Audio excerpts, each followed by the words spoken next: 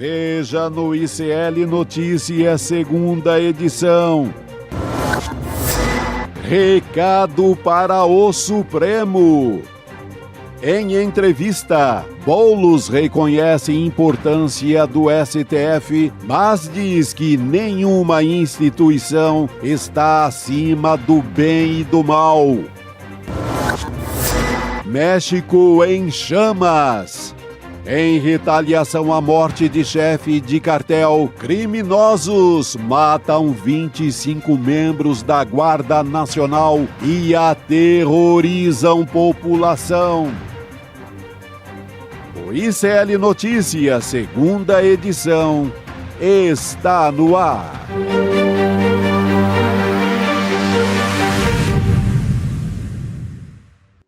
Olá, boa tarde. Seja muito bem-vindo, seja muito bem-vinda. O ICL Notícias, segunda edição, está começando. Estamos ao vivo em todos os nossos canais aqui do ICL.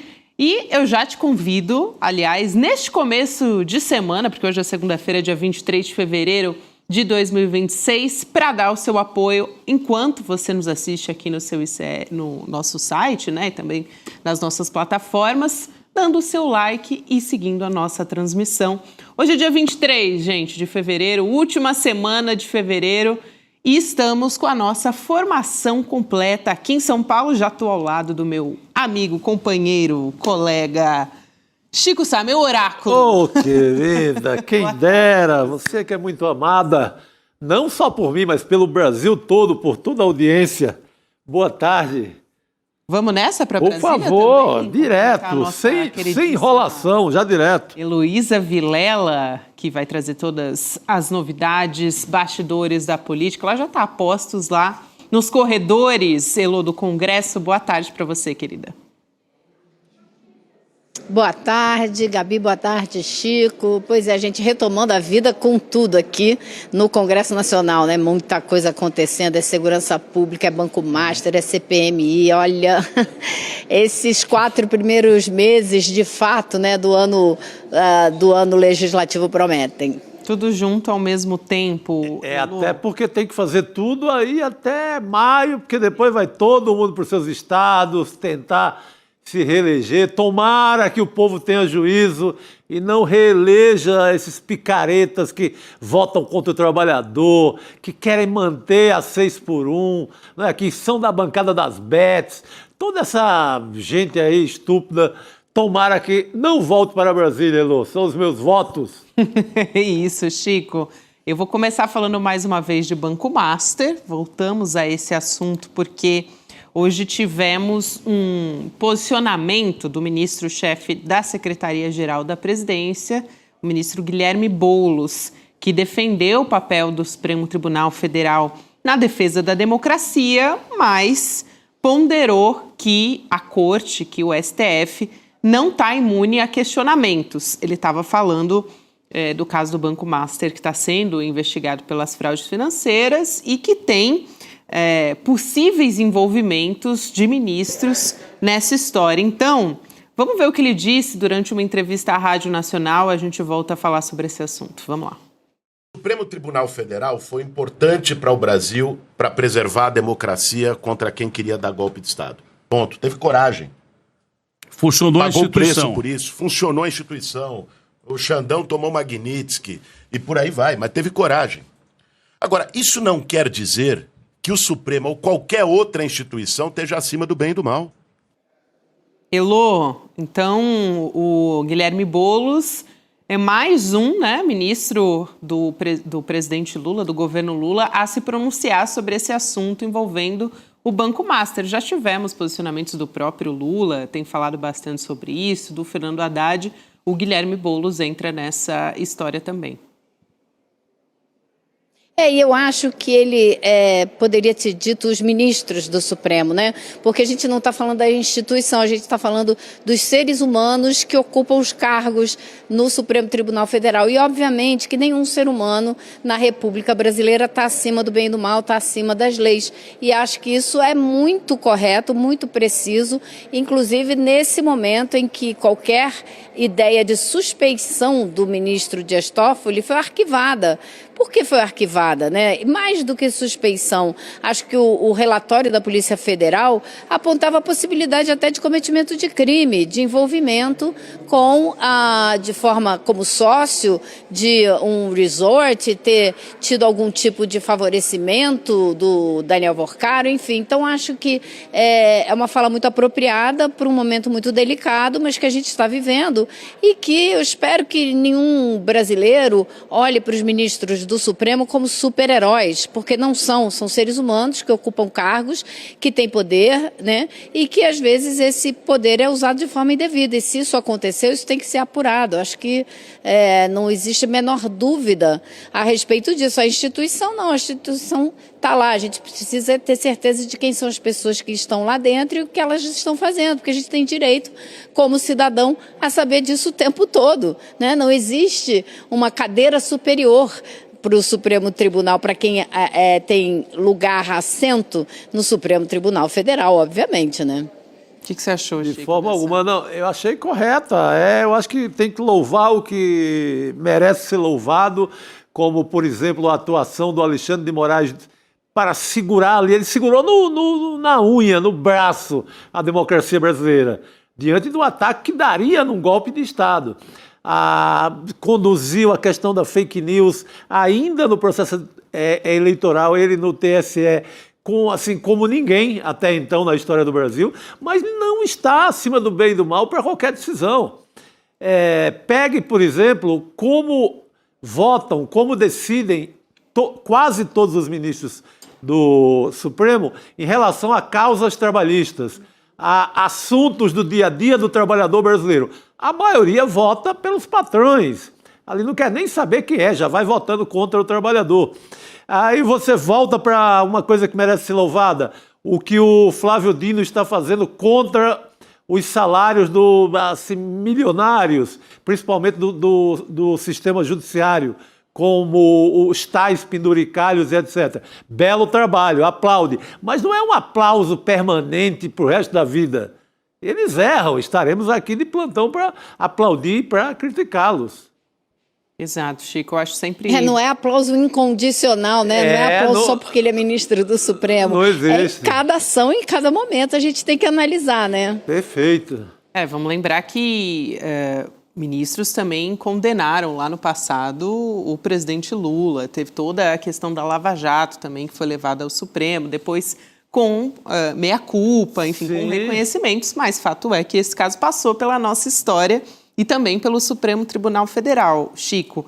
Mas, voltando aqui ao caso do Banco Master, eu quero trazer também uma informação do ministro Edson Fachin, que é presidente do STF, mandando arquivar a ação que questionava a atuação do ministro Dias Toffoli no caso envolvendo o Banco Master. Então, mesmo não sendo mais o relator dessa investigação, quem assumiu esse papel foi o André Mendonça agora, né? O Toffoli, ele não foi declarado suspeito. Então, a princípio, ele pode participar dos julgamentos relacionados a esse processo, né?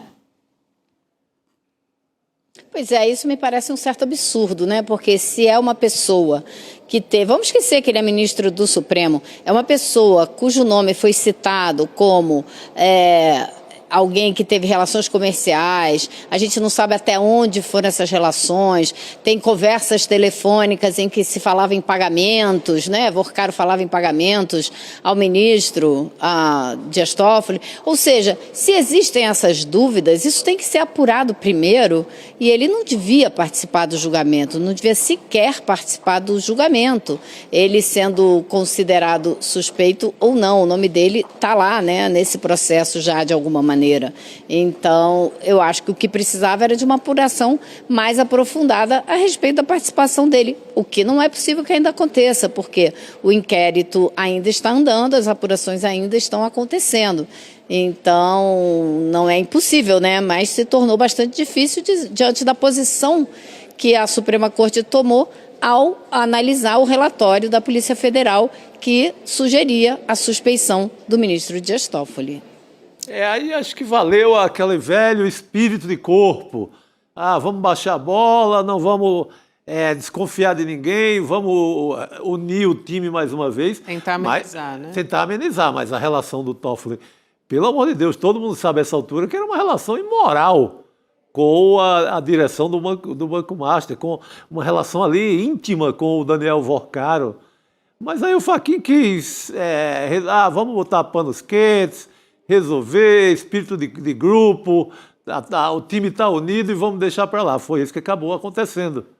E tem outros personagens dessa história, não sei se a Elo ainda queria comentar especificamente sobre o Toffoli, Elo, mas falando ainda dos desdobramentos desse escândalo, tem governadores, por exemplo, o governador do Distrito Federal, o Ibanez Rocha, está tentando conseguir um empréstimo, né, Elo, bilionário, tá? Não é milionário, não, bilionário, oferecendo 12 imóveis públicos como uma espécie de garantia. Então, tem gente de peso tirando dinheiro do BRB. A Elo Vilela também tem apuração sobre essa história, Elo. Empréstimo para salvar o BRB, Gabi, tem que ser bilionário mesmo, porque o rombo é bilionário, né? Então não tem muito jeito. Agora, se vai ser possível ou não, a gente não sabe. O fato é que, imagina você que você é dono de uma rede grande de supermercados e o seu dinheiro está no BRB. Você ainda ia manter o seu dinheiro lá? Duvido. Então, o que está acontecendo sutilmente, na calada, sem fazer muito estardalhaço, é exatamente esse movimento. Então, soube hoje que, por exemplo, a Tacarejo Dia a Dia. Tacarejo Dia a Dia é uma rede de atacado e varejo, como o nome sugere, muito grande, né, que tirou 700 milhões do BRB na semana passada. Ela é a maior rede de atacado e varejo do centro-oeste do Brasil. Uma outra empresa que existe é o Grupo Perboni. O dono desse grupo também tirou o dinheiro dele, do BRB. E os gerentes do BRB andam assim arrancando os cabelos, porque pessoas que têm CDBs, até que têm poupança lá dentro, estão tirando dinheiro. Claro, né? Era de se esperar. Então, o banco que já está com uma situação difícil, está com uma situação que só fica cada vez pior. E o que o Ibanez prometeu? Prometeu não, propôs. Ele apresentou esse projeto de lei para a Assembleia Legislativa, que levanta um empréstimo de uns 2 bilhões e pouco, e como garantia dá imóveis que são do patrimônio da cidade, que são geridos pela cidade. E essa lei vai ser discutida amanhã na Assembleia Legislativa, mas, pasmem, aparentemente nem a base dele está a favor dessa lei. Ninguém quer botar o nome, ninguém quer se sujar nessa história. Então, pode acontecer que pela primeira vez em 7 anos e meio, porque o Ibanez já é governador há 7 anos e meio, ele tenha uma derrota na Assembleia Legislativa, coisa que nunca aconteceu com o Ibanez Rocha, porque ele tem uma base sólida da direita lá dentro. Só que agora eles estão divididos e não querem assinar embaixo dessa proposta do governador, que todo mundo já sabe que vai ser insuficiente, não vai dar conta do buraco que o BRB precisa cobrir. Então, é muito provável que, se essa lei fosse aprovada, coisa que não deve ser, o Banco Central virasse para o governo do Distrito Federal e dissesse: olha, não adianta, isso aí é muito pouco. Então, o Ibanez Rocha está diante de uma situação muito difícil, porque para salvar o BRB, ele só vai ter 2 saídas. Uma que é tirar dinheiro da saúde, da educação, dos programas sociais, etc., num ano eleitoral, para colocar no buraco que ele deixou criar no BRB. A outra saída é federalizar o BRB, como já aconteceu com o Banco de São Paulo, que acabou indo para o Banco do Brasil e depois o Banco do Brasil vendeu para o Santander. Então, isso seria também péssimo para o governador em ano eleitoral. Ele perdeu o Banco de Fomento do Distrito Federal, que não é uma coisa assim, como estava me explicando hoje um deputado distrital, não é uma coisa assim etérea, subjetiva, não, é uma coisa que está concretamente na vida dos moradores do Distrito Federal, porque todo o programa social do Distrito Federal, seja passagem, passe livre para os estudantes, seja compra de uniforme, né, várias coisas que a população tem direito, são feitas com o cartão do BRB. Então, isso também teria um impacto político muito grande. Então, ele está num beco sem saída, o governador Ibanez, que já, pelas fofocas que acontecem aqui no DF, já estão dizendo que ele está considerando desistir de concorrer ao Senado e ficar no governo do Estado até o fim do mandato, porque ali, pelo menos, ele se protege por mais tempo. Agora, isso causa um outro problema, porque a vice dele, a Celina Leão, é a candidata da direita ao governo. Se ele não sai, ela vai ter muita dificuldade de aparecer, porque ela estaria à frente do governo, fazendo, tomando outras atitudes e contaria com ele como cabo eleitoral, coisa que agora vai ser difícil. Então, isso também cria uma chacoalhada na candidatura da extrema-direita aqui do Distrito Federal. Já tem gente da direita falando em lançar um outro candidato e já tem uma esquerda começando a respirar fundo e pensar, quem sabe, se a gente monta uma frente um pouco mais ampla e consegue finalmente ganhar o governo do Estado, do Distrito Federal. Então, assim, uma mexida enorme e o Ibanez está em maus lençóis. Tem uma sinalização até do Jair Bolsonaro, eu tinha visto uma reportagem da Carta Capital em favor de uma chapa Michele e Bia Kicis, o que deixaria as coisas também mais difíceis para o Ibanez Rocha, mas a Elô explicou muito bem, né? Parece que ele está ali batata assando, né? Quase sendo rifado pelo bolsonarismo. Que chapa maldita é essa? Pelo amor de Deus.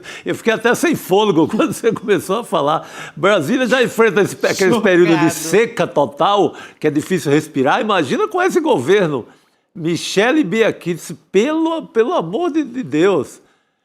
Michele e Bia Kicis é a chapa para o Senado. Para o Senado, são as candidatas para o Senado. E aí ele ficaria de lado, né? Porque o Ibanez está de olho hoje, né, Elô, no Senado. Isso. Mas se continuar... Já mataria.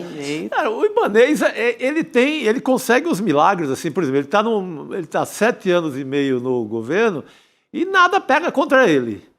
Talvez esses 12 bilhões, de B de bola, bilhões, de negócios com o Master, que leva para o BRB só papéis podres, talvez tenham entendido, a população do DF tenha entendido que está na hora de eliminar esse cara do jogo político de Brasília. Para você ter ideia, Elô, tem a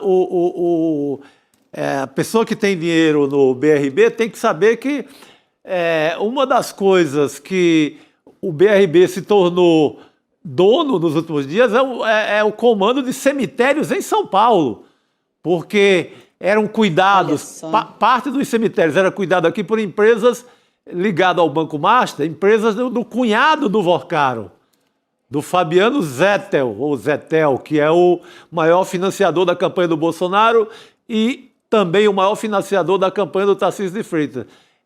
Ele ganhou licitações aqui em São Paulo, do Ricardo Nunes, para cuidar de parte dos cemitérios, os serviços dos cemitérios paulistanos. O Banco Master precisou dizer que alguma coisa deles tinha algum lastro, entregou parte desse serviço para o BRB. Então está lá o BRB, o Banco de Brasília, cuidando até de cemitério em São Paulo. Quer dizer, cuidando não, porque ninguém, depois que privatizar esse serviço em São Paulo, tal, Deus dará. Inclusive, né, o de enterrar as pessoas. Né? Tá. Pergunta de família que teve que passar por que dependeu desse serviço em São Paulo agora. O primeiro que subiu o preço pela hora da morte, isso literalmente, e o serviço é uma porcaria. Uhum. Por conta desses negócios que esses caras de governos, como o governo Ibanez, fazem. Não, você imagina, eu fui para a Bahia antes do Carnaval. Viajei por várias cidades, passei em Salvador. Vi placa do BRB em projeto imobiliário lá. Fazendo o quê?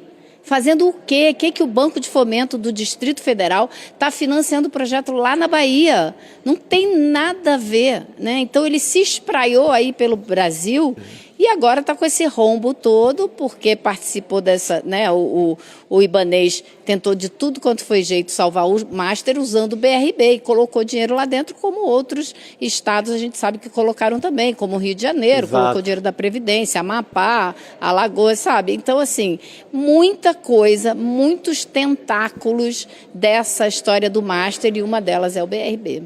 Agora imagina, você tem uma grana alta lá. Poxa, não é para você assista esse noticiário diário falando que o banco está nessas condições, cheio de papel podre do Master, o que você vai fazer? Você fica desconfiado mesmo. Lógico, claro.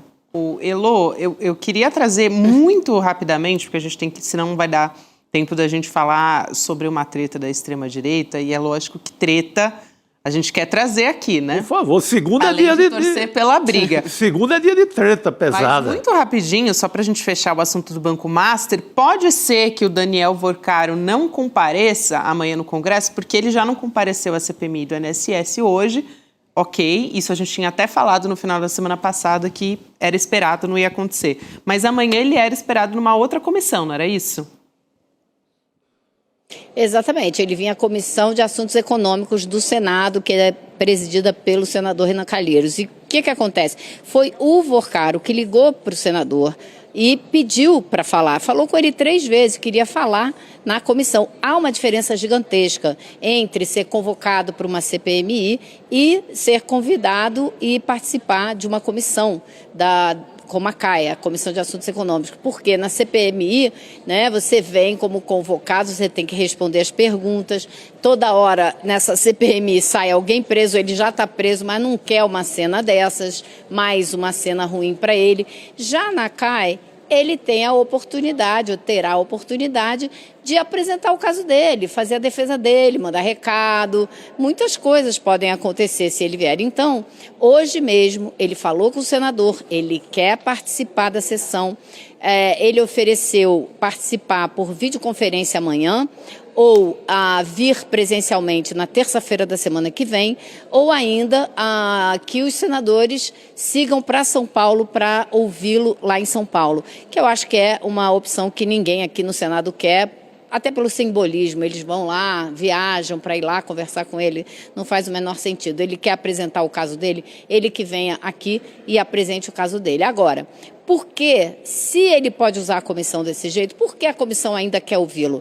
Porque existem objetivos específicos dessa comissão. Entre eles, é entender exatamente onde foi que a fiscalização do Banco Central dormiu no ponto e deixou o Banco Master acontecer. Esse é um dos objetivos principais do trabalho dessa comissão.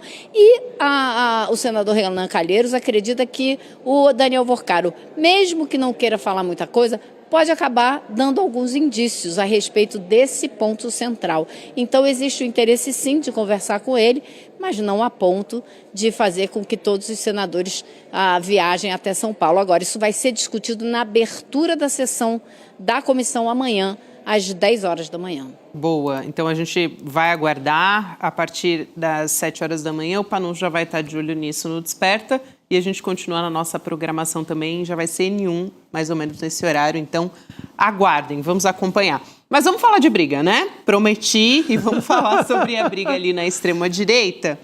Nicolas Ferreira e ex-primeira-dama Michele Bolsonaro estão sendo isolados pela ala mais bolsonarista do PL. Vamos entender essa história, de onde partem esses ataques. Eduardo Bolsonaro, que está cobrando apoio ao Flávio na candidatura, a pré-candidatura, na verdade, à presidência. Mas o Nicolas, ele visitou o Jair Bolsonaro na cadeia nesse final de semana e saiu se defendendo. Ele tem recebido críticas do Eduardo e, em entrevista ao SBT News, o Eduardo tinha dito que o Nicolas e a Michele estavam com amnésia. Vamos ver o que o Nicolas respondeu. Vamos lá. Eu discordo que eu tenha amnésia e que a Michele tenha amnésia. Eu me lembro muito bem, todos os anos, que eu fui atacado injustamente. E diante das situações, né, que estão acontecendo, nós temos o pai dele preso, sofrendo dificuldades de saúde. Você tem as pessoas do dia 8 presas e precisando da derrubada do veto da dosimetria. Você tem o STF envolvido em diversos escândalos. Você tem o Lula literalmente fazendo de tudo para poder destruir esse país e a prioridade é nos atacar. Então isso diz muito mais sobre ele do que a mim. Então eu acho que o Eduardo não está bem. Aí, o que disse o Nicolas. Olha, vocês não duvidem, esse Eduardo não está bem, foi o maior presente que ele deu para os progressistas e para a esquerda. Eu estava hoje num gabinete de um deputado da esquerda aqui da Câmara dos Deputados, quando a conversa era essa. Como é que a gente vai aproveitar isso aí? A gente tem que usar isso aí. A gente não pode deixar de usar isso aí, porque, obviamente, é muito bom. O Eduardo não está bem. Eu iria mais longe. Eu diria que o Eduardo já não nasceu bem, ele nunca esteve bem, ele continua não estando bem, né? Porque as coisas que ele fala e faz demonstram que ele nunca bateu muito bem da cabeça, né? Isso daí é fato, tá aí registrado nos anais da história. E aí o Nicolas Vaz se pronuncia desse jeito, Chico, bastante abertamente. A Michelle Bolsonaro, ela parece que foi mais discreta, assim, nas críticas. Ela fez um post... Eu achei o contrário. Você achou? Muito mais violento, gente. Vamos ver o que ela... Muito mais violento, pelo amor de Deus. Você que preparou, vou colocar aqui na tela, só para as pessoas entenderem, né? Tem uma imagem ali ao fundo de banana assada e ela diz o seguinte... 91ª refeição do Jair Bolsonaro, né, que está preso. Sou grata a Deus por me dar saúde, condições e criatividade para cuidar do meu amor através de algo tão simples e tão cheio de significado, a comida feita com carinho. Ele ama banana frita e quando envio sempre diz que é uma surpresa boa. Isso aquece o meu coração. Foi daquele jeito. Eu acho pior do que... Eu acho que o Nicolas falou meio...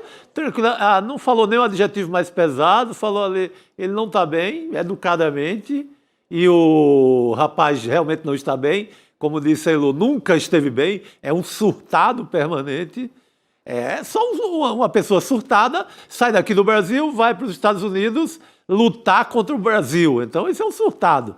Então o Nicolas foi educado. Agora, colocar gracinha, fazer piadinha com banana frita é muito mais ofensivo. Ainda é mais refeição para o pai dele. É mais adolescente, assim, é mais infantil. Malhação. Malhação ali. Achei mais venenoso, gente. Muito mais Achei venenoso. Mais venenoso. Veneno escorreu aqui, como a gente diz, né?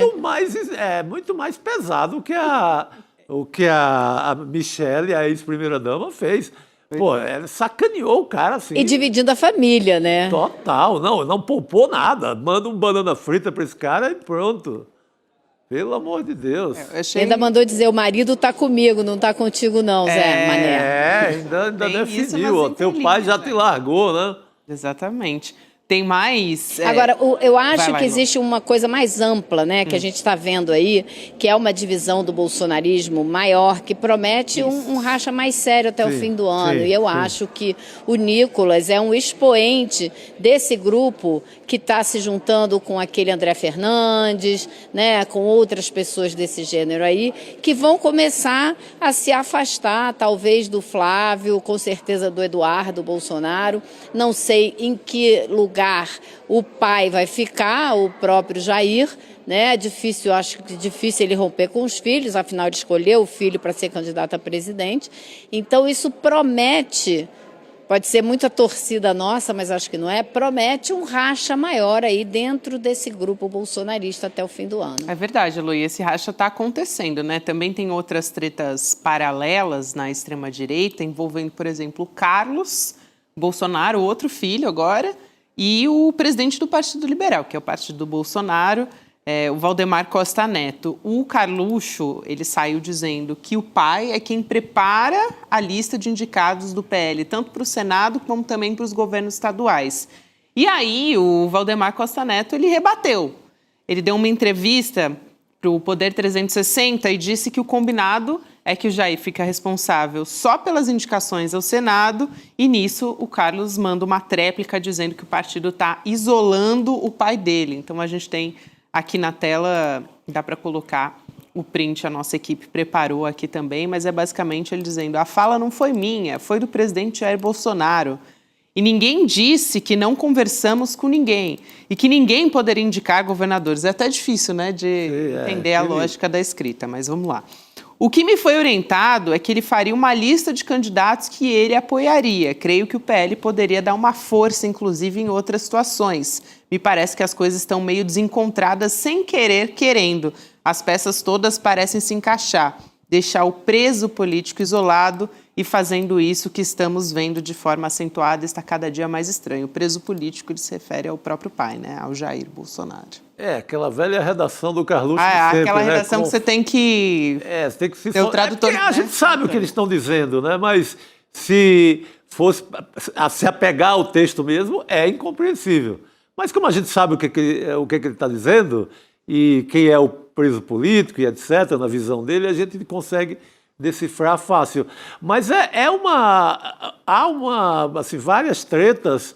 Se você voltando um pouco ao capítulo Nicolas, você tem hoje, eu acabei de ver o nosso grande César Calejon postou agora, já uma outra treta que é do André Valadão, que é o poderoso chefão da Igreja da Lagoinha, lá de BH, que inclusive manda um pouco no Nicolas. O Nicolas Ferreira é meio dessa igreja e obedece um pouco à Igreja da Lagoinha.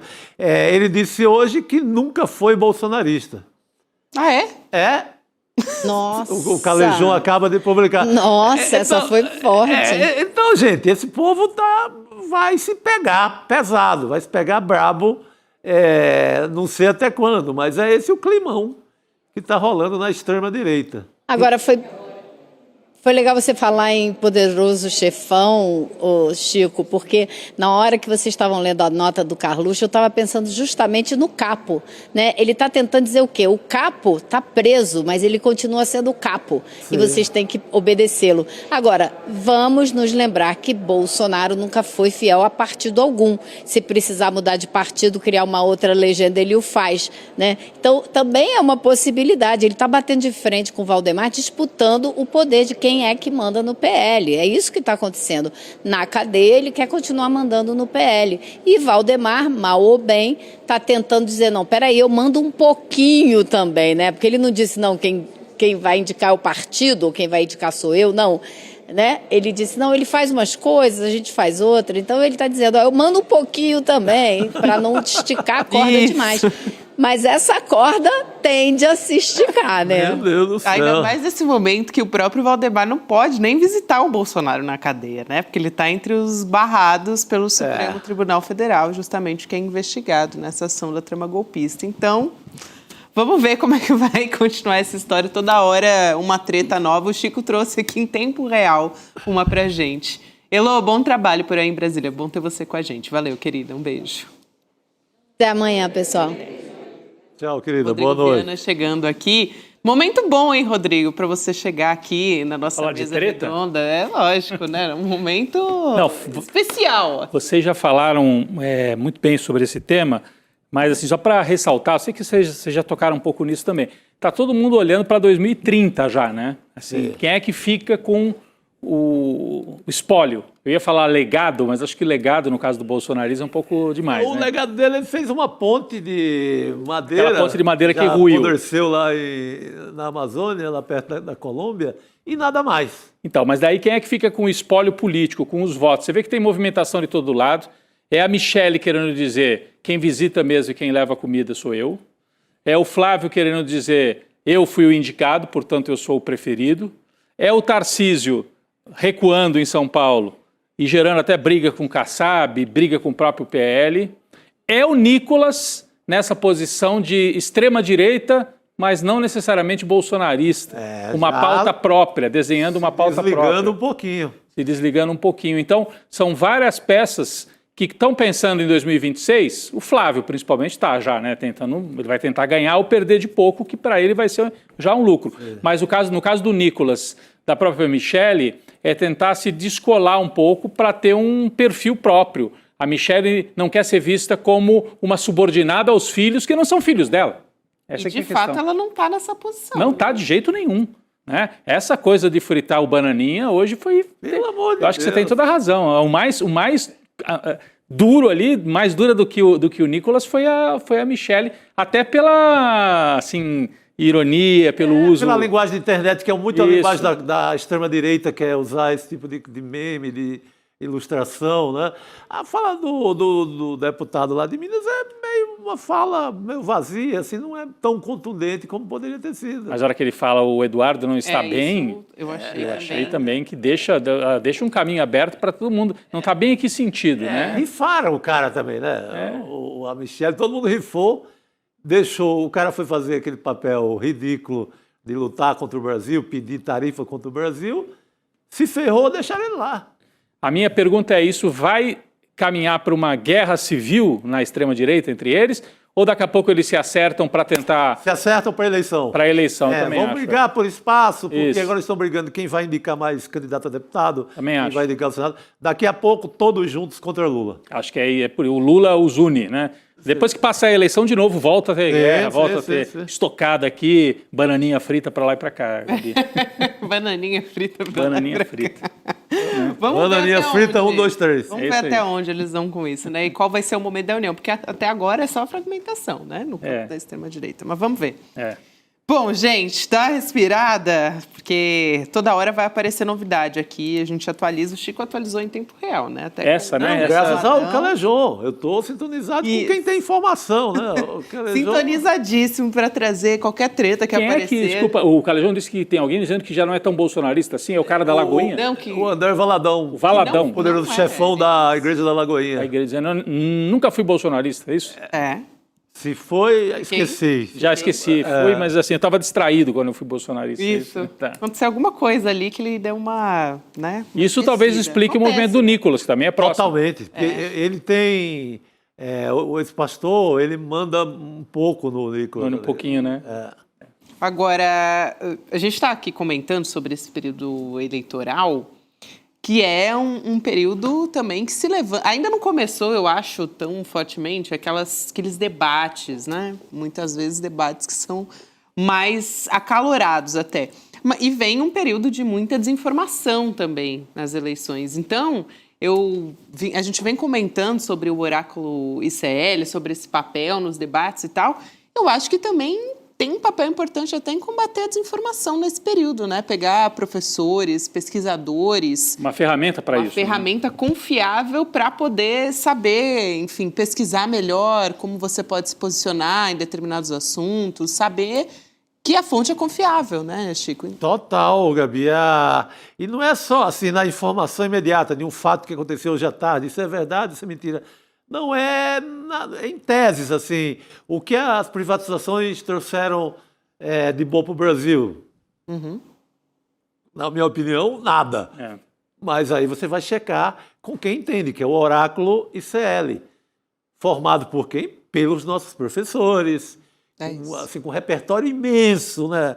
Tanto de sala de aula, como de cursos, como de dedicação aqui no ICL. É gente que estudou. Em suma. Isso. Só lembrando aqui, você vai assistir um recado do Eduardo Moreira agora, ele que vai estar com você nessa estreia na quinta-feira, dia 26, também conhecido como dia 26 de fevereiro, 8 da noite. Ele tem um recado aqui com todos os detalhes dessa história, para dar uma pincelada no que vem Vamos lá, por uma aí. pincelada. Vamos lá.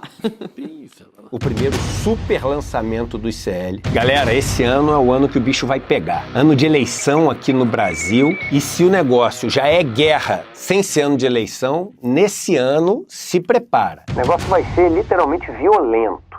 E a gente tem que estar preparado. E o ICL vai revelar a maior ferramenta já desenvolvida até hoje para te dar esse superpoder de ser capaz de argumentar, de discutir, de debater com um conhecimento que ninguém tem e de forma prática, rápida e certeira. Uma revolução. Uma ferramenta que não existe em lugar nenhum do mundo. Você vai conhecer essa ferramenta, que tem o nome de Oráculo ICL, no dia 26 de fevereiro, às 8 horas da noite. Você vai querer começar a usar no mesmo dia. O primeiro super lançamento do ICL para 2026. É isso aí. Então, icln2.com.br, também apontando o QR Code aqui para o canto da tela, se você estiver assistindo pela televisão. E vamos seguir aqui com as nossas notícias, pessoal. Importantíssimo, o Supremo Tribunal Federal começa a julgar amanhã os mandantes do assassinato da vereadora Marielle Franco e do motorista Anderson Gomes. Os acusados são os irmãos Chiquinho Brazão e Domingos Brazão. Eles estão sendo apontados pela Polícia Federal como mandantes do crime. O julgamento também vai analisar o caso de outros 3 agentes públicos e, na véspera desse julgamento, especialistas da ONU pediram justiça e reparação para todas as vítimas de racismo sistêmico, de discriminação estrutural, da violência no Brasil. A gente tem um trecho aqui do comunicado, vamos colocar na tela. O que dizem os especialistas da ONU. O julgamento representa não apenas o capítulo final da luta por justiça para Marielle Franco e também o Anderson Gomes, mas também um marco importante no combate à impunidade estrutural do racismo, da discriminação interseccional e da violência contra defensores dos direitos humanos, mulheres, pessoas afrodescendentes e LGBTQI+, no Brasil. Então, eu vou convidar a ministra Aniele Franco para conversar com a gente nessa segunda-feira a respeito desse assunto. Ministra, é um prazer falar contigo. Bem-vinda. Bem-vinda. Obrigada, prazer estar com vocês aqui também. Honra minha. Ministra, eu quero começar te perguntando até sobre esse posicionamento desses especialistas da ONU sobre o julgamento e representar algo muito maior, na verdade, né? Um símbolo muito importante nesse momento. Sem dúvida, a gente tem falado, né, que a resposta a ser dada por esse crime brutal a Mari e ao Anderson é uma resposta à democracia brasileira, né? Você imagina o que é você ser uma parlamentar eleita e com 1 ano e 3 meses de mandato ser assassinada com 5 tiros na cabeça, né? E para mim o que é mais impressionante de tudo, na verdade, é que muita gente fala assim, mas esse julgamento é a justiça sendo feita, né? E para a família, a justiça mesmo seria a Marielle estar viva ainda, né? Podendo contribuir para a política brasileira como um todo.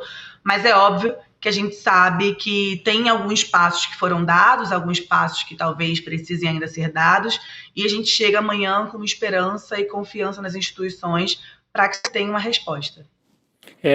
Ministra, vocês acham que com esse encaminhamento, né, com 5 réus sendo levados agora ao julgamento, esse crime está totalmente desvendado? Porque eu ouço até hoje gente falando que há histórias mal contadas, daquelas histórias lá do começo das investigações, que envolviam o condomínio do ex-presidente, hoje presidiário, e outras coisas, mas para a família isso está pacificado, essa linha que levou à prisão dos 5 como mandantes ou colaboradores do crime, pacifica, entre aspas, né, porque pacificar mesmo seria, como você disse, ter a Marielle aqui viva, mas de alguma maneira pacifica pelo menos a responsabilidade pelo crime. Esses são os verdadeiros mandantes, aqueles que colaboraram para que o crime acontecesse? Nós esperamos 8 anos, né? 6 e 8 anos ali, o júri e agora também esse julgamento. Acho que pacificar seria uma palavra muito forte se eu dissesse aqui que sim. Uhum. Mas a gente espera, né, que de fato essa seja uma das respostas que nós estamos esperando. Hoje a gente deu aqui uma série de entrevistas, as pessoas falavam, e se tiver alguma absolvição, como é que vocês se sentem? É isso, a gente precisa confiar, né? Porque de fato algumas coisas caminharam e alguns passos foram dados, mas ter a certeza de que nada, ou que nenhuma surpresa, ou que não tenha nenhuma outra pessoa envolvida, não tem como ter, né? A maior surpresa que a gente teve até agora, por exemplo, foi ali ter um delegado que falava conosco, sentava com a gente, conversava com a minha irmã, e possivelmente, supostamente, esteja envolvido nisso. Então, um crime arquitetado como foi, com todas as respostas que nós tivemos dos executores, acho que é um pouco difícil de falar que, sim, tem algum passo, tem alguma resposta, e que o futuro, de verdade, a gente vai precisar esperar, mas sem dizer e sem acreditar que acaba aí. Eu acho que pode ser que sim, a família toda tem falado isso, mas confiando no resultado, nas instituições, no trabalho que tem que ser feito, e também reforçando, né, que eu acho que aqui vocês são um canal super ético, de muita responsabilidade coletiva na matéria, da maneira que vocês se tratam. Acho que é importante trazer que essa resposta também dar resposta para aquelas pessoas que achavam que iam ficar impune, né? Você não pode arquitetar um crime como esse, ou cometer qualquer tipo de crime que seja, e pensar que por ser um deputado, por ser um vereador, por ser um delegado, estaria impune. Eu acho que também tem uma resposta, tem uma esperança de que a gente consiga, de fato, caminhar para uma resposta concreta e final, mas garantir eu não tenho como afirmar. Ministra, qual o reflexo que esse julgamento pode ter nas eleições no Rio de Janeiro, na disputa no território fluminense? Como é que a senhora vê esse julgamento em relação à eleição desse ano? Já que teremos pessoas condenadas em definitivo, grupos serão atingidos nas suas imagens, né? Porque até agora conseguiram passar impunes. Isso tem reflexo na eleição? Sempre tem, né? Eu acho que sempre tem, eu diria ainda um pouco a mais do que a sua pergunta, porque todo ano eleitoral a Marielle volta como esse símbolo do ataque, né? Acho que vale a gente lembrar quando ela é assassinada ali 9h35 da noite, 2 horas depois a gente já estava com as redes sociais tomadas de fake news sobre a Mari, e assim se repetiu em 20, 22, 24, e eu duvido muito que seja diferente agora em 2026. Mas claro que escancar ali algo que a gente tem falado, que a Mari, ela abre a tampa de um bueiro, né? Quando que a gente ia imaginar que, infelizmente, tinha ali políticos com policiais, com envolvimento de crime de escritório organizado, para assassinar uma vereadora? A gente nunca imaginaria, ou talvez nunca soubéssemos, se não tivéssemos chegado ali a essas respostas do crime da Marielle. Então, eu acho que sim, eu acho que tem, e a gente precisa cada vez mais fortalecer essa memória, esse legado, essa narrativa, principalmente no ano eleitoral, no ano que a gente busca fortalecer a democracia. Claro que buscamos ali durante os 8 anos que se passaram, mas ainda mais para que a gente não caia na mesmice de ter um lugar, um país como o que a gente defende, nas mãos de pessoas que não defendem a democracia. Ministra, eu acho que vai muito ao encontro da pergunta do Chico e também da sua resposta nesse período eleitoral, entender como, a partir das respostas desse julgamento, também pode se abrir um caminho e fortalecimento da democracia também.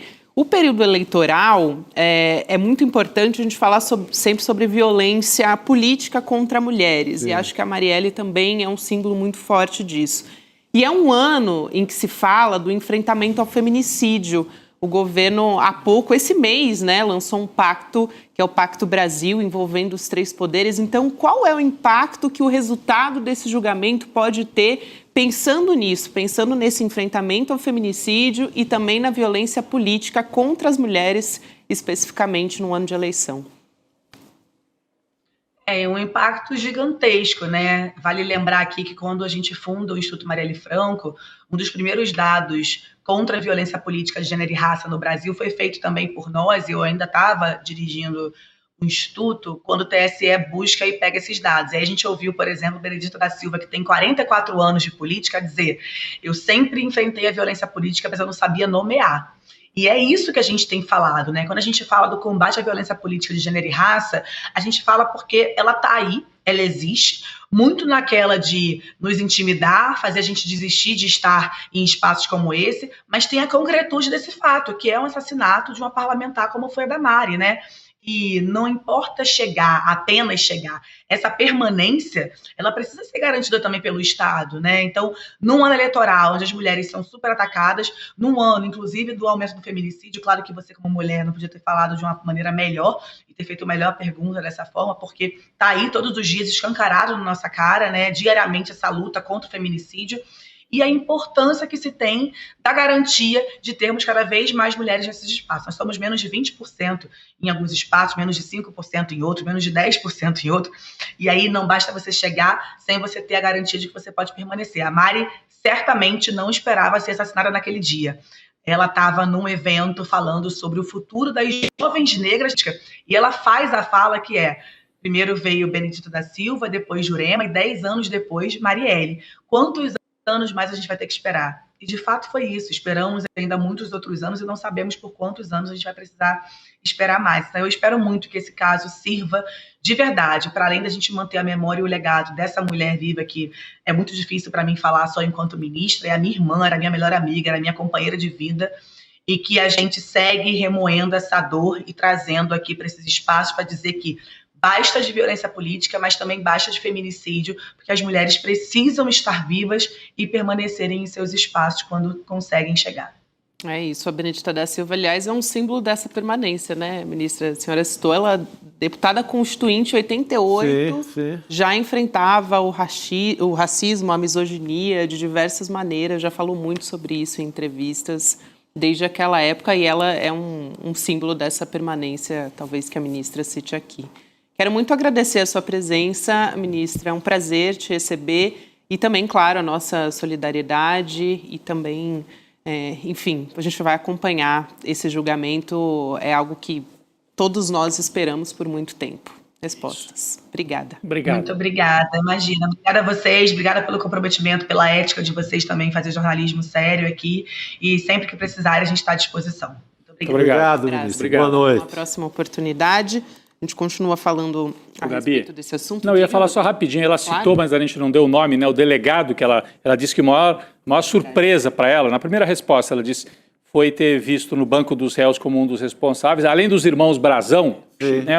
Os dois irmãos, o Brazão, Chiquinho e Domingos, tem o delegado Rivaldo, que era, né, no começo apareceu do lado da família, como consolou a família. Visitava a família, ficava ali, sentado no sofá, dando conforto, como tivesse aliado. O próprio Marcelo Freixo disse que foi enganado, né, porque o Freixo atuou muito, né, para que houvesse a investigação e a família toda. Então o delegado Rivaldo é um dos 5 que vai a julgamento, além dos irmãos Brazão, o delegado. Eu estou curioso para ver o que eles vão dizer, né, porque vai ter aquele momento em que a defesa pode se manifestar, a gente viu no último julgamento dos golpistas. Então, será que ele vai negar tudo? E os próprios irmãos Brazão, né, vão seguir uma negativa total, vão admitir só uma parte, né?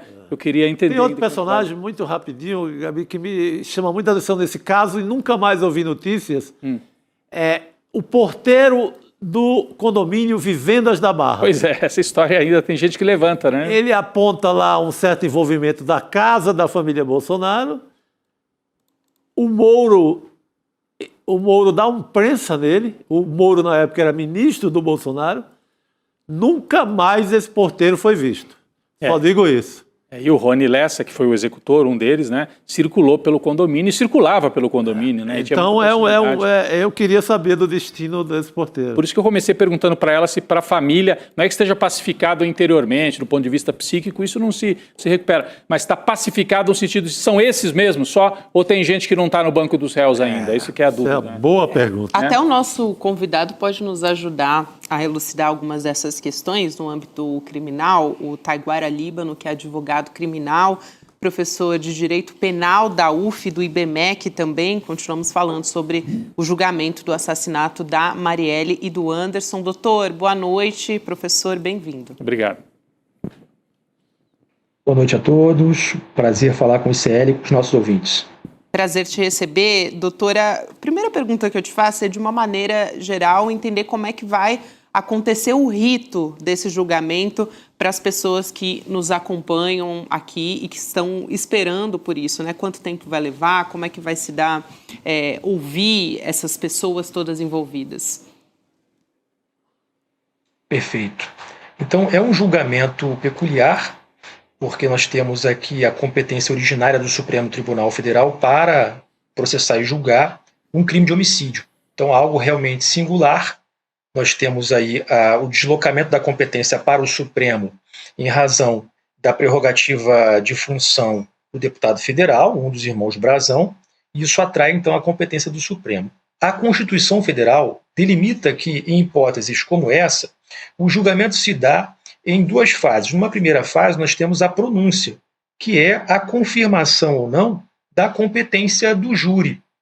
Isso já aconteceu, né, a competência, do crime doloso contra a vida. Isso já aconteceu inicialmente, e agora se dá o julgamento no Supremo Tribunal Federal, no plenário do Supremo, cujo rito se dará da seguinte maneira.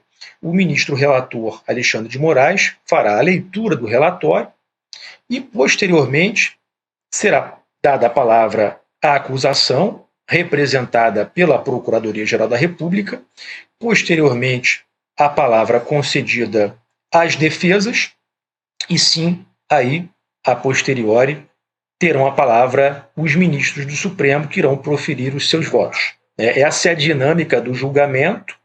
É um julgamento, como eu disse, de natureza peculiar, não se tem registro recente na história da República dada a peculiaridade, né? Alguém com foro prerrogativo de função julgado do Supremo Tribunal Federal. Eu estava achando que os réus ainda poderiam ser ouvidos, mas nessa fase, quer dizer, eles foram na instrução, né? Já teve uma fase de instrução, é isso, Sim. doutor? Então agora nessa fase são aquelas falas finais, né? Em que o ministro relator se pronuncia, o procurador fala pela acusação e as defesas falam pelos réus. Os réus, eles mesmos, não vão falar nesse momento, não vão ter voz nesse momento, é isso? Já foram queridos, né, os réus, as testemunhas. Então, assim, nesse momento, as defesas fazem uso da palavra no plenário, poderão apresentar os seus argumentos, né? As defesas têm argumentos tanto processuais, com relação a nulidades, como também argumentos de mérito. O principal argumento defensivo que eu acompanho na tramitação desse processo é a insuficiência probatória, né? O argumento manejado pelas defesas dos irmãos Brazão e pelo delegado Rivaldo, alegando, sobretudo, a tese principal é que não haveriam provas de corroboração para o conteúdo da delação premiada. Esse é o ponto central da defesa desses réus, né? Por outro lado, o que sustenta a acusação é que há provas de corroboração que foram apresentadas, né, ao longo da instrução e que permitem a corroboração da tese acusatória, o que poderia confirmar um decreto condenatório. Chico. Doutor Taiguara, eu falei aqui daquele caso do porteiro da Vivendas da Barra, o condomínio lá na Barra da Tijuca, onde morava o ex-presidente Jair Bolsonaro. Tem outros, eu citei, só para saber do senhor, se tem outras pontas, outros inquéritos menores nesse mesmo caso, ou se ele se encerra completamente com o julgamento de amanhã. Bom, eu confesso não conheço o processo na sua minúcia. Se há outros inquéritos, eu desconheço, me parece que não, né? Acho que, de fato, só temos isso aqui. Esse elemento, né, dessa escuta do porteiro foi um fato que chamou muita atenção à época, mas não foi algo suficiente para que o ex-presidente Bolsonaro fosse considerado um envolvido ou suspeito. Mas é um fato realmente extremamente inusitado, né? Que foi essa fala do porteiro, dando conta de que poderia haver um elo, né? Um contato direto, uma relação direta entre Rony Lessa e a família Bolsonaro. Perfeito. Exatamente. Doutor, quero muito agradecer a sua presença também por nos ajudar a entender como é que deve acontecer a partir de agora. A gente vai acompanhar todo esse trabalho aqui no ICL também. Obrigada, um prazer receber o senhor aqui no ICL Notícias. Obrigado. Isso, muito obrigado. Obrigado, Boa doutor. tarde a todos. Boa noite. Doutor Taiguara conversando aqui com a gente, professor Taiguara. Taiguara, eu não perguntei, mas deve ser homenagem ao isso que eu também fiquei pensando. cantor Taiguara, um belo artista, principalmente dos anos 70, muito perseguido pela ditadura. Aí tem muito pai mais do campo progressista, mais à esquerda, que homenageou seus filhos com Taiguara. Chico sempre trazendo... Prestista, né? Ele era muito... Sim. Admirava muito Luiz Carlos Prestes e fez até uma música para o Luiz Carlos Prestes, Taiguara. Muito bom. O Chico sempre traz essa parte... Claro, da cultura nacional. Histórica. Boa, garotos. Falando em cultura, sabe que está de volta amanhã? Chico Pinheiro entrevista. Aliás, amanhã não, hoje. Hoje, daqui a pouquinho. Já. Amanhã que está de volta, precisamos conversar. Que temporada nova já? Tem temporadas novas começando. O Chico, já temporada nova? Temporada nova. Que legal. Tem estreia hoje com o Eduardo Janetti, que é economista, filósofo. Tem um trecho que a gente traz dessa conversa, né, que é uma reflexão que ele trouxe sobre o Dostoiévski. Vamos assistir esse trecho? A gente já volta a falar. Vamos lá. Dostoiévski, todo mundo sabe, é epilético. Era epilético. E tem uma experiência que ocorre com epiléticos, não com todos, com alguns, mas inclusive Dostoiévski, que é a chamada aura pré-epilética. São poucos segundos que precedem a convulsão e que o Dostoiévski descreve com a sua genialidade de uma maneira imortal, como momentos de plenitude, iluminação, arrebatamento, harmonia cósmica, serenidade, de uma grandeza, de uma força, de uma contundência. Um minuto antes de ter um ataque. Um minuto, alguns segundos antes de ter o ataque. Uma aura pré-epilética. Ele descreve isso. Ele descreve isso em primeira pessoa, o primeiro biógrafo dele relata, e ele descreve isso no romance O Idiota, no personagem Príncipe Mishkin, que descreve uma aura pré-epilética, que é uma das coisas mais impressionantes que eu já li.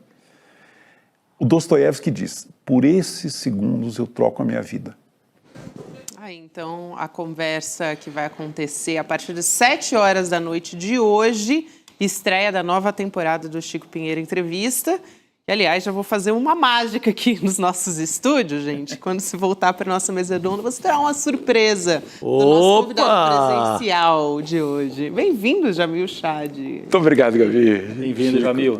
Foi uma surpresa Bom ver vocês. Pra gente aqui também, surpresa boa. Hoje, Estava passando por aqui. Aparece lá na Suíça, de repente aqui, que maravilha. Eu estava passando por aqui. Pegou o metrô em Genebra e saiu aqui na estação Vila Mariana. Genial. São Paulo. Do nada, né, Jamil? Bem-vindo. Quase do nada. Quase. Enfim. Mas olha, vamos entrar, claro, nos assuntos internacionais. Vocês estão vendo o Jamil aqui justamente para conversar com a gente sobre isso.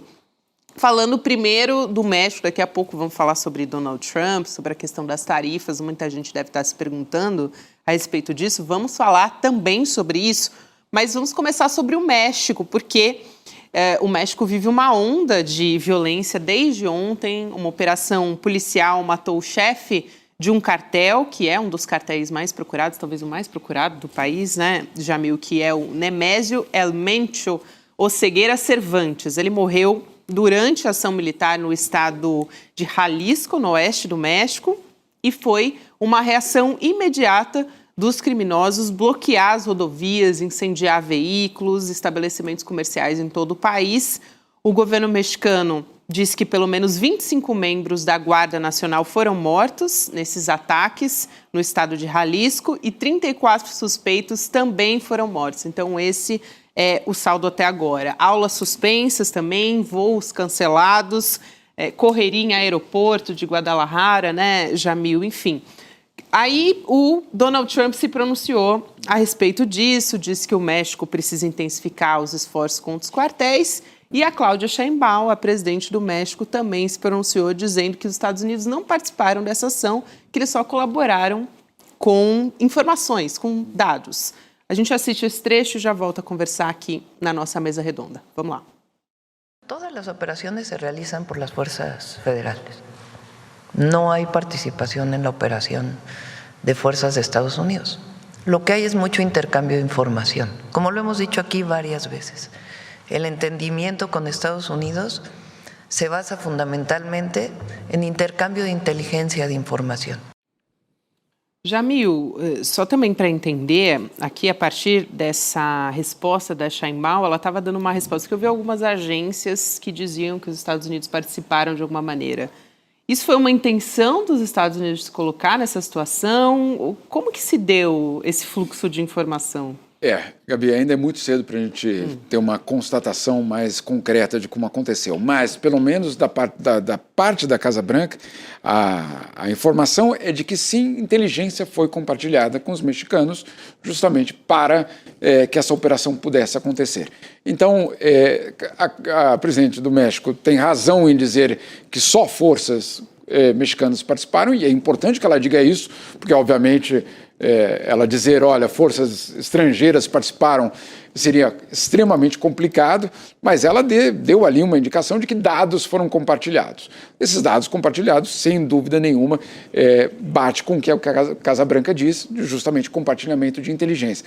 Agora, o que precisa saber, e é o que nós, neste momento, acho que ninguém consegue cravar, é se esse compartilhamento de informação foi por conta de drones americanos que voaram sobre a região, de fotos de satélite, o que é exatamente, ou operativos da CIA dentro do México, da onde vieram essas informações de inteligência dos Estados Unidos? Essa é, obviamente, a questão. Até, já viu, porque é uma operação difícil, né? Coisa de cinematográfica, assim. O cara estava no meio das montanhas de Jalisco, não era fácil de encontrá-lo. tinha guardas, assim, uma guarda especial dele, vários estrategicamente assentado ali nas montanhas. Era difícil chegar no cara. Não era qualquer operação. Então aí acho que entra todo esse aparato. E claro, a gente tem que colocar no contexto do que é que Donald Trump quer para a região. Uma espécie de coalizão na qual ele pode justificar ações da parte do governo americano, claro, violando soberania, violando território, etc. A gente sabe tudo isso. Do lado do México, é muito interessante a história, basicamente, desse líder do narcotráfico, porque, claro, vários dos seus, vamos dizer assim, aliados mais próximos, inclusive parentes, estão nos Estados Unidos, presos. Alguns deles, inclusive, foram extraditados pelo México para os Estados Unidos já nos últimos meses.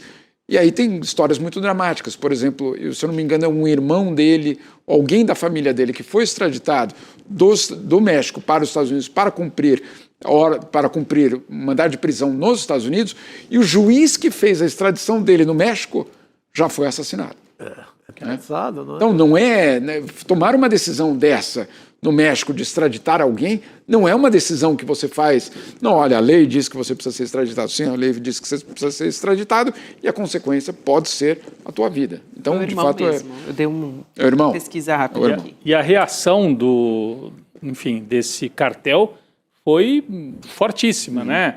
Tomaram estradas, tomaram comércio, eu vi invasão de posto de gasolina, assassinaram guardas.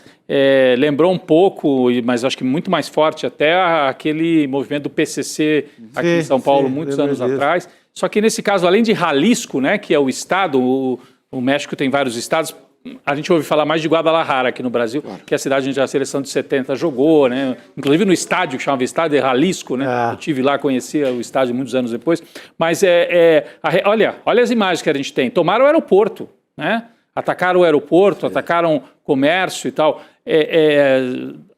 Eu não sei se aqui no Brasil a gente tem a dimensão de ouvir falar muito da Colômbia, né? E ouve falar muito da fronteira, são cartéis que dominam a fronteira, mas que eles tinham essa capacidade operativa em Guadalajara, que é uma das principais cidades mexicanas. Para mim surpreendeu um pouco, assim. E não só em Guadalajara, bom, também temos, obviamente, uma das capitais de estado absolutamente fundamentais, mas eles atacaram, por exemplo, Puerto Vallarta, que é a praia da elite de Guadalajara. Sim, sim. Né? Guadalajara fica dentro do país, no interior, e tem Puerto Vallarta, que é uma espécie de balneário, não sei, talvez um Guarujá, talvez um pouco mais sofisticado, e com muito turismo norte-americano. Turismo de norte-americanos e de canadenses. Então, Puerto Vallarta também atacada. Então, você vê aí que, obviamente, é um desafio gigantesco, sem dúvida nenhuma, mas é uma prioridade também do governo de Donald Trump. Então, de uma certa forma, a presidente do México está dizendo para Donald Trump: era isso? Então, olha, está aqui, eu sei fazer, eu também faço isso. Não há necessidade de fazer uma operação com invasão de países, etc., nós fazemos. Vamos lembrar que Donald Trump, ao longo dos últimos meses, chegou a dizer: eu posso bombardear, inclusive, locais no México. Ele chegou a dizer isso. Então, obviamente, é o México também se posicionando, assumindo as suas responsabilidades e defendendo sua soberania. Isso, perfeito. Então, dizendo, o balanço que a gente tem até agora, pelo menos, a presidenta dizendo: houve compartilhamento de informação, mas não compartilhamento operacional. Exato. É isso, né? O operacional foi feito pelos agentes do México, é isso, exatamente. Né? Tá bem. Eu quero aproveitar que a gente falou aqui do Donald Trump, né, desses posicionamentos dele, até em relação ao México também, mas olhando para as tarifas, né, sobre esse terrorismo tarifário dos Estados Unidos. O Trump voltou a criticar a Suprema Corte. Vamos lembrar que logo que saiu a decisão na sexta-feira, ele já respondeu com 10%, no sábado aumentou para 15%, né? Então, ele respondeu mais uma vez à Suprema Corte, fez críticas aos ministros, agora na rede social dele, você está vendo aí na tela, e eu vou ler um trecho aqui para vocês também. Ele diz Suprema Corte em minúscula, ele até justifica: vou usar letras minúsculas por um tempo, por total falta de respeito. Acidentalmente e sem querer me deu, como presidente dos Estados Unidos, muito mais poderes e força do que eu tinha antes da decisão ridícula, burra e extremamente divisiva internacionalmente que eles tomaram. Eu arrisco aqui a dizer que é uma total demonstração de fraqueza do Trump esse posicionamento, mas vamos lá. Ele diz também, essa Suprema Corte vai encontrar um jeito de chegar à conclusão errada, uma que novamente deixará a China e várias outras nações felizes e ricas, que a nossa Suprema Corte continue tomando decisões tão ruins e prejudiciais para o futuro da nossa nação. Eu tenho um trabalho a fazer, querendo sair como um herói dessa história. Então ele diz que vai ameaçar países que brincarem, né? Ele ameaça com a decisão da Suprema Corte. Tem esse outro trecho aqui que a gente coloca na tela. Ele diz: qualquer país que queira brincar com a ridícula decisão da Suprema Corte, especialmente aqueles que exploraram os Estados Unidos por anos ou mesmo décadas, enfrentarão tarifas muito altas e piores do que aquelas que acabaram de aceitar. Esse posicionamento é quase um esquete, né, do Donald Trump, dizer que os Estados Unidos foram explorados. Tadinhos. Impressionante. Quase fui lá dar um abraço. Porto Rico, talvez. Poxa vida, né? Agora, Jamil, eu te pergunto se é uma demonstração, porque parece que ele sentiu muito esse revés da Suprema Corte. Até porque é a primeira vez, eu acho, que ele sente que juízes votaram contra ele, né? Inclusive juízes indicados por ele. Então, Gabi, e nesse aspecto tem algo fundamental, porque se a gente for ler essas postagens para além delas, o que ele está dizendo é o seguinte: as regras do nosso país, da nossa república, são irrelevantes, porque, no fundo, eu estou salvando vocês. É aquele negócio que os fins justificam os meios, né? Afinal de contas, eu vou trazer um resultado econômico, financeiro, etc., melhor para os americanos. Não me parem, não sejam freios às minhas ações. Mas calma aí, a atuação é ilegal, né? Então, assim, não é quanto ao conteúdo da informação ou da decisão. Não foi essa a decisão da Corte. A Corte não disse tarifas são legais ou tarifas são ruins para a economia. Não foi essa a decisão da Corte. A decisão da Corte foi: o que você fez excede os seus poderes. Ponto.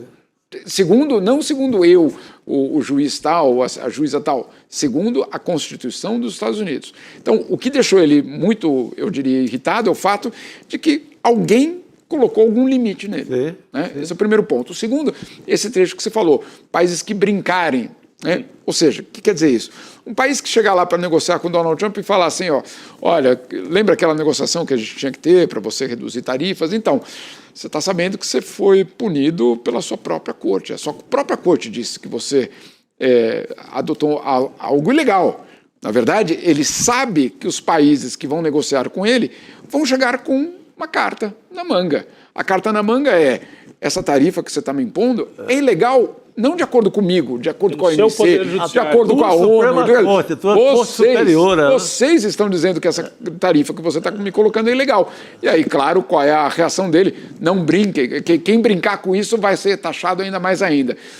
Tipo dizendo, nem ousem usar isso como argumento para vir aqui tirar a satisfação. Né, no caso. É basicamente isso.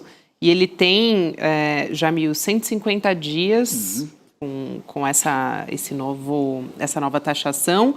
E aí ele teria que constar o Congresso. Sim. Só que ele já não constou da primeira vez, né? Então, imagino que não vai fazer de novo. E até já disse que vai recorrer a outros recursos para conseguir taxar mais uma vez. Aliás, esses dois decretos que ele usa são muito antigos, são de outro contexto histórico, final da década de 70. E não só isso, Gabi, mas é curiosa essa história do Congresso, porque no Congresso ele tem maioria. Aí você perguntaria, mas calma aí, se ele tem maioria, como é que ele tem desconfiança em relação ao Congresso? Sim, porque uma ala republicana tradicional é pró-livre comércio. Então, ele sabe que tem gente dentro do partido dele que está absolutamente chocada, porque o Partido Republicano foi tradicionalmente o partido do livre comércio, da abertura de fronteiras, da abertura comercial. O Brasil, inclusive, no primeiro governo Lula... Dava bem com o Bush. Adorava, e não se dava muito bem com o Clinton, naquele momento Fernando Henrique, Clinton, porque o Clinton queria colocar barreiras com critérios trabalhistas, ambientais, etc. E aí quando chega o Bush não, livre comércio. Então, os republicanos tradicionais, não os republicanos do MAGA, né? Do MAGA, eventualmente seriam traidores. É isso aí. Jamil, até queria aqui perguntar para você a respeito de como alguns países estão saindo até beneficiados, de certa forma, dessa história, meio que um tiro saindo pela culatra, por parte do Donald Trump, o Brasil sendo o mais beneficiado, mas também China, Índia, o Jamil pode explicar melhor aqui, mas quero só deixar aqui uma tela para vocês poderem acompanhar junto comigo. É um levantamento da plataforma global Trade Alert, mostrando que o Brasil vai ter a maior redução nas taxas tarifárias médias. E a China aparece logo em seguida, depois vem a Índia. Então, aqui tem uma queda de 13,6, que está bem pequenininho, mas é uma queda de 13,6 pontos percentuais no caso do Brasil. Então, Jamil, eu queria que você ajudasse a gente a entender essa história, porque quando essa média se estabelece para os países, tinham países que recebiam mais, né, taxações, menos. No fim das contas, acabou que para o Brasil isso foi uma redução, né? De fato, e esse é um estudo muito interessante, porque mostra que, claro, diferentes países tiveram diferentes impactos em relação àquela tarifa que parecia homogênea para todo mundo. Não era, né? Não era. E aí, esse estudo deixa muito claro que o Brasil pode ser um dos talvez, mais beneficiados. Mas nós temos que lembrar que ainda aço, automóveis, madeira, se eu não me engano, são temas que estão em outros canais de tarifas, não entram nessa decisão da Corte Suprema. São decisões que, de uma certa forma, escaparam e que vão poder continuar sendo colocadas como tarifas. Então, se nós, obviamente, formos ainda negociar, e como o governo brasileiro está negociando, isso aí é muito importante, esses dados são muito importantes, mas eles não são suficientes, porque setores absolutamente fundamentais das exportações brasileiras, como no caso de aço, continuam sendo afetados porque eles não foram beneficiados por essa lei. O Donald Trump não usou essa lei específica para taxar o aço. Então, como a Suprema Corte não tomou uma decisão generalizada, ela foi pegar aquela lei e falou, naquela lei você violou. Porque quem não estava naquela lei não entrou na nova regra da Suprema Corte, não. É isso? Não. Então, o aço brasileiro continua sendo afetado e por isso que as negociações... O aço e o alumínio, né? Aço e alumínio. Por isso que continua sendo importante que uma negociação aconteça. Não há uma, vamos dizer assim, agora aliviou para todo mundo, não. É um setor fundamental. Aliás, sobretaxados em 50%, né? Se eu não me engano. É isso. Então, mas de qualquer maneira, Brasil, China... Sim. E a China também é um país que tem essa questão, né? Que os Estados Unidos sempre se colocam numa queda de braço com a China, então ela aparecer em segundo lugar nessa lista é algo curioso. Lembrando que 2025 terminou para Donald Trump com um déficit gigantesco na balança comercial ainda dos Estados Unidos. Então, não é que as tarifas já inverteram e agora já tem uma grande... Não aconteceu isso, não aconteceu. E, se você pegar os países com maior superávit em relação aos Estados Unidos, a China é um dos maiores. Ou seja, a China continua indo muito bem, obrigado. E aí levanta-se um monte de suspeitas. Entre elas, será que os produtos chineses não estão indo para algum outro país e daquele outro país... fazendo transbordo para os Estados Unidos. Saindo do lugar que a taxa está lá embaixo. Exatamente. Né? Então, tudo isso, claro, aqui no comércio não tem bobo, né? Como no futebol, né? Que acaba, não tem mais bobo no futebol. No comércio internacional, muito menos. Então, tem que saber exatamente por que a tarifa americana não está... aliás, no comércio, desde os fenícios, que não tem bobo. Exatamente. Bobo no comércio. Agora, vocês falaram no comércio não tem bobo, e você falou que o Trump terminou o ano... o Trump não, os Estados Unidos, né, com déficit grande e tal. E o déficit político, né? Eu queria só aproveitar a sua presença aqui, a gente fala seguidamente sobre isso, mas a própria decisão da Suprema Corte, né, a gente sabe que é uma decisão técnica, jurídica, mas tem uma leitura política possível. Claro. Uma Suprema Corte que tem maioria indicada por republicanos, toma uma atitude que vai no coração do governo Trump, se contrapondo a ele, mostra uma certa fragilidade. Qual é a leitura que você faz aí política disso, Jamil? Estava todo mundo esperando justamente para saber quem seria ou onde haveria algum tipo de limitação ao poder de Donald Trump. E a Corte Suprema está dizendo, de uma certa forma, eu farei o que estiver dentro da Constituição para manter esse governo dentro de uma Constituição. O problema é que na Corte americana ela precisa ser provocada. Né? E além de ela precisar ser provocada, são processos que nem sempre são muito rápidos. De outro lado, você tem um governo de Donald Trump ultra veloz no desmonte da democracia americana. Então, é um contrapeso? Mas imagine só, essa decisão foi tomada no dia 2 de abril. A decisão da Corte Suprema saiu agora... Quase um ano depois. Um ano depois. Então, o dano pode ser muito grande até que algo seja feito. E olha que curioso, ela só agiu porque as empresas americanas importadoras provocaram e dizendo, nós, empresas americanas, estamos sendo prejudicadas. Não é que a Vale ou algum exportador de etanol do Brasil, não sei o que, entrou com... Não, foram as empresas norte-americanas. E tem uma específica que é curiosa essa história, que é uma empresa de brinquedos. Foi uma empresa justamente de brinquedos, de importação de brinquedos, que foi, vamos dizer assim, a que mobilizou, quem tentou mobilizar brinquedos, que a gente acha que o Papai Noel mora na Lapônia. Papai Noel há muito tempo se mudou para a China. Exatamente.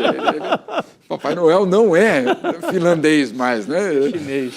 E aí, claro, esses importadores, e aí, olha só, o timing também é muito importante. Quando essas medidas entram em vigor em abril, elas são anunciadas em abril, e depois tem todo aquele período de caos, elas começam, de fato, a entrar em vigor quando os importadores americanos começam a fazer os seus pedidos para o Natal, né? O Natal de 2025. E aí toma uma trombada das tarifas. Exatamente.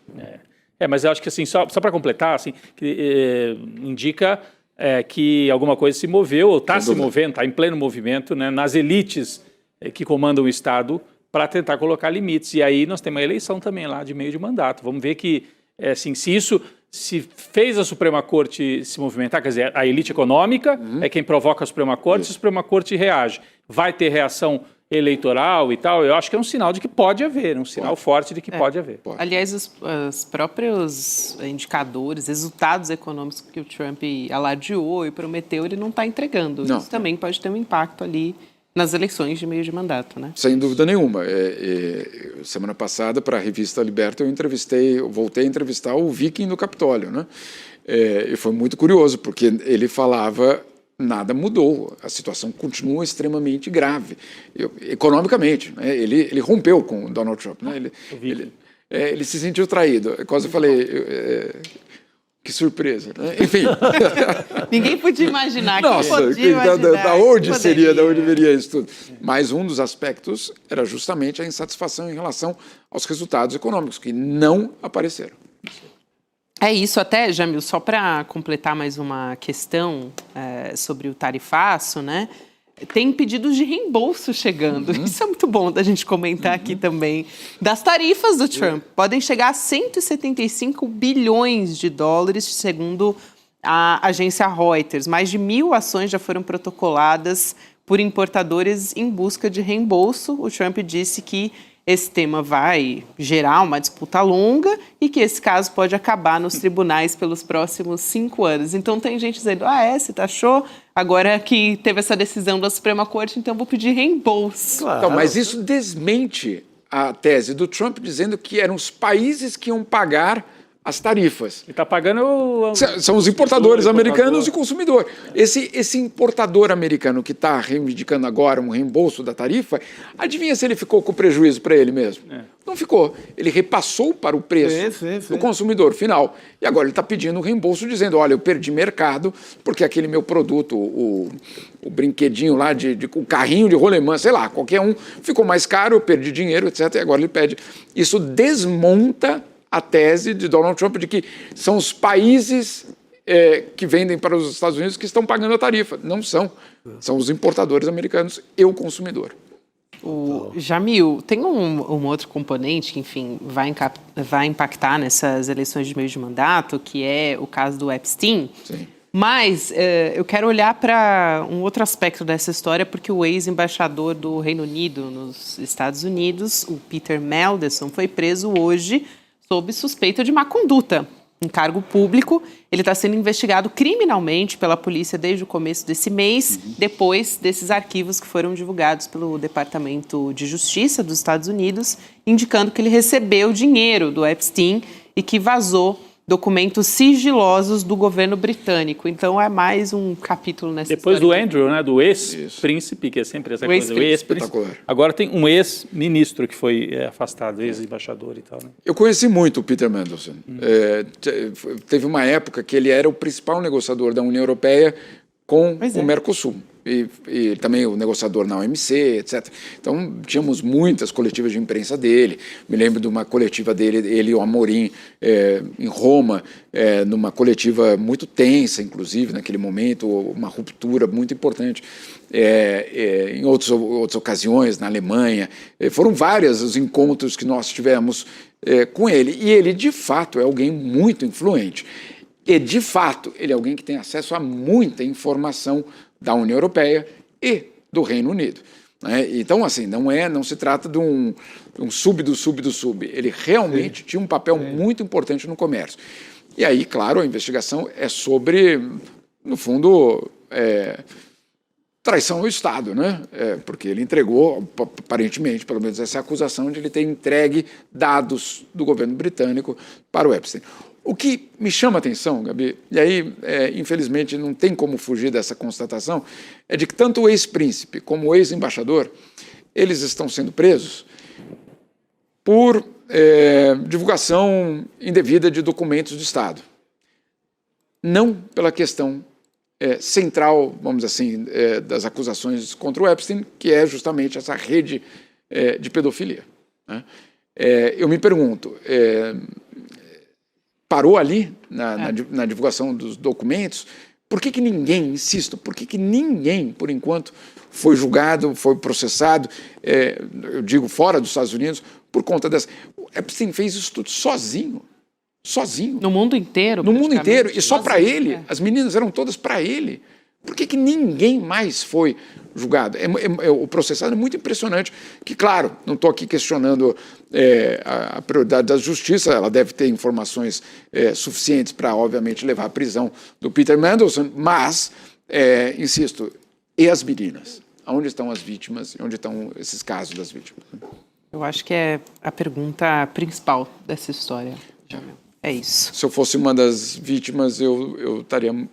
bastante incomodado com o fato porque estão indo em cima da questão do Estado, né, da vigilância do Estado, de dados sendo vazados, mas essa questão está ficando fundamental. Enquanto, podemos, talvez tudo isso esteja sendo preparado, a Justiça deve estar fazendo, espero que esteja fazendo o seu trabalho. Mas o fato é que, por enquanto, os dois processos no Reino Unido e o processo na França, também existe um processo na França, esses processos não colocaram ninguém, por enquanto, atrás das grades por conta da pedofilia, pela rede global de pedofilia. É isso, que é o tema central, né? Que parece que toda hora se perde, de alguma maneira, nessa história. Fundamental. Eu tenho uma última informação também para trazer aqui. Depois de uma reunião com as lideranças indígenas das regiões do Tapajós, Tocantins e Madeira, o governo federal revogou o decreto que previa a inclusão de trechos de rios da Amazônia no Programa Nacional de Desestatização e abria caminho para a dragagem, concessão à iniciativa privada. Então, em protestos, indígenas das regiões do Baixo, Médio e Alto Tapajós estavam bloqueando há mais de 30 dias o acesso ao porto da multinacional Cargill, em Santarém, que é lá no oeste do Pará. Essa decisão deve ser publicada ainda hoje em Diário Oficial. Aliás, tem um protesto marcado, uma manifestação, agora não sei se vai acontecer, mas existe uma manifestação que vai acontecer amanhã, às 5 horas, aqui em São Paulo, está prevista para acontecer aqui. Nossa, importantíssima. É uma das decisões mais importantes desse ano do governo federal. Foi arrojado, porque é difícil enfrentar essas multinacionais que vêm para depedrar, passar por cima da Amazônia. Parabéns. E os indígenas estavam lá dia e noite. Sim, vamos privatizar Rio. Pô, tem Tarcísio vendendo a água de São Paulo, aí eu vender a água do Amazonas, vender toda a água do Brasil. É isso. Pessoal, segunda-feira, então, tem Chico Pinheiro Entrevista a partir de agora. Você vai acompanhar e eu vou me despedir de vocês. Amanhã estaremos de volta também a partir das 7 horas. Vamos acompanhar o julgamento da Marielle a partir das 10. Jamil, um prazer ter você com a gente. Muito bom, grande Jamil. Não tá por aqui não, né? Não, mas se o metrô passar perto, eu Opa, Vila Mariana, direto. Harry Potter, entra naquela estação assim, meio no meio do caminho, né? Lembra? A plataforma, né? Plataforma. Sai não sei aonde. É isso. Bem-vindo sempre, Jamil Chad, Obrigado. Rodrigo Viana, Chico Sá. Vamos nessa, amanhã estaremos juntos. Voltaremos. Boa noite, pessoal. Até amanhã. Visualiza aqui a situação. Você está no encontro da família, você está na mesa do bar com os amigos da escola ou da faculdade e de repente surge um daqueles temas polêmicos. E aí você está lá do outro lado, a tia do Zap, o cara da extrema direita, não sei o quê, e começa a argumentar do lado dele, você puxa os seus argumentos, a discussão começa a elevar ali o tom, a temperatura, e você precisa de uma grande cartada para inquestionavelmente ganhar aquela discussão. Pois é, o ICL criou uma ferramenta que vai te dar esse superpoder. É como se no meio da discussão você pudesse trazer para o seu lado o João César Castro Rocha, o Gessé Souza, a Marilena Chauí, o Michael Sandel, o Domênico de Masi, os maiores professores e professoras do mundo, mas de uma maneira rápida, prática e detalhe, pessoal. É uma ferramenta que não existe no mundo e é fruto de mais de um ano de trabalho de uma equipe enorme do ICL. Ela muda o jogo completamente. Ela se chama Oráculo ICL e vai ser revelada no dia 26 de fevereiro às 8 horas da noite.